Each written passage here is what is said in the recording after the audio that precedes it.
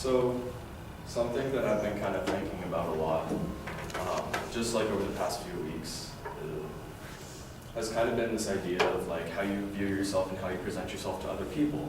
And one of those things that you can do that really just, you might think makes you look cool, but really doesn't, is quoting yourself, you know.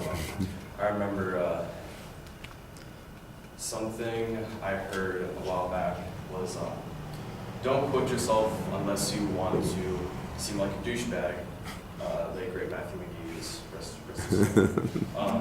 And that's kind of something I wanted to talk about today. Is the quote I was given is I often quote myself, it adds spice to the conversation, which is not true because it will always make you look like a douchebag. Reason number one, it gives yourself authority that you don't have. A lot of times people claim to know what they're talking about on a certain situation, whether it's like politics. A lot of times people don't know what they're talking about when it comes to serious topics like that kind of thing. So when you claim to like know everything just because you read like a WikiHow on who you should vote for the coming election, like that's not, like no, nobody's gonna trust you. And the second thing is people don't want to hear you talk about yourself. If you know anything about dealing with people, a lot of times people, unless you're like somebody famous or somebody people actually care about, that sounded really dark.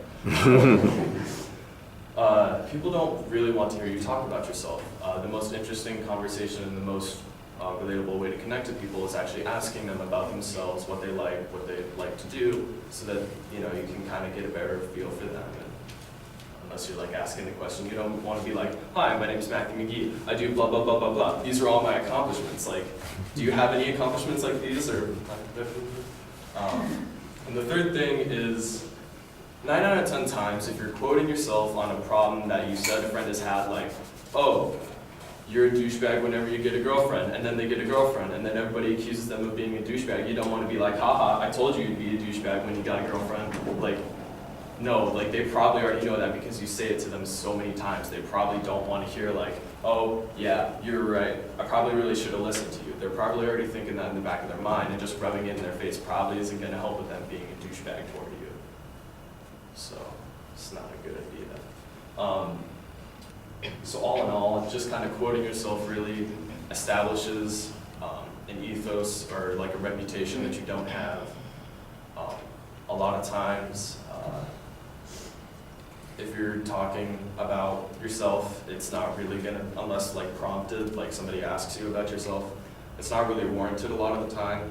And then as far as the last point goes, you really just, you don't want to rub anything in somebody else's face that you've already told them. So, thank you very much.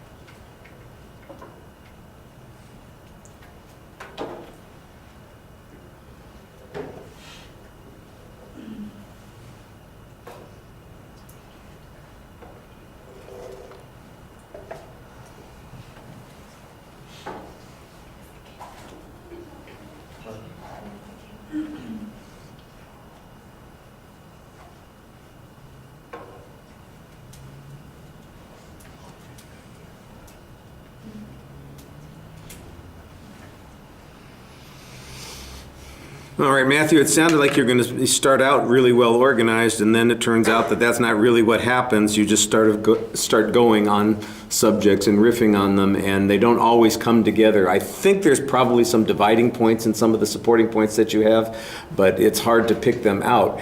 Even with your summary, where you kind of go back and try to reorganize things and give us a sense of that there was a structure to it, I didn't think those points that you presented in the summary sounded like the things that you talked about in the body of the speech. So even though it started off like there was going to be a clear structure in the presentation, I didn't think there was one, and you weren't able to rescue it very much with the exit. You did have a couple of interesting points that you made. I thought you had a very clear statement of your position at the beginning of the speech. That that was good. And I thought that you had a personal example that you talked about. That I think that's pretty good. You have a tendency to drop your voice when you're making transitions between ideas, and anytime you feel a little bit self-conscious about the example that you're using, you do the same sort of thing, sort of just back away from it by dropping your voice while you're speaking. And I think that's probably an indication of anxiety and uncertainty that you don't want to give the audience too much.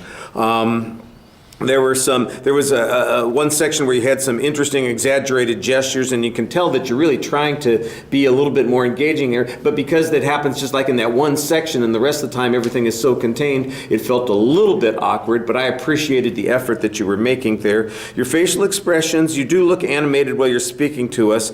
I made the comment to Sal earlier and that he looked like he was talking to the spaces between us. I kind of got the impression that you're not even doing that. You look up, but you're not really looking at people. You are talking in front of us, and you need to be a little bit more engaging. And I think you've got the kind of averted gaze when you're speaking to us. So your eyes are up, and your face is up sometimes, but you're never really looking at the people that you're talking to. And that is something that you really want to do more of and be more engaged that way. All right, that's fine. Thank you.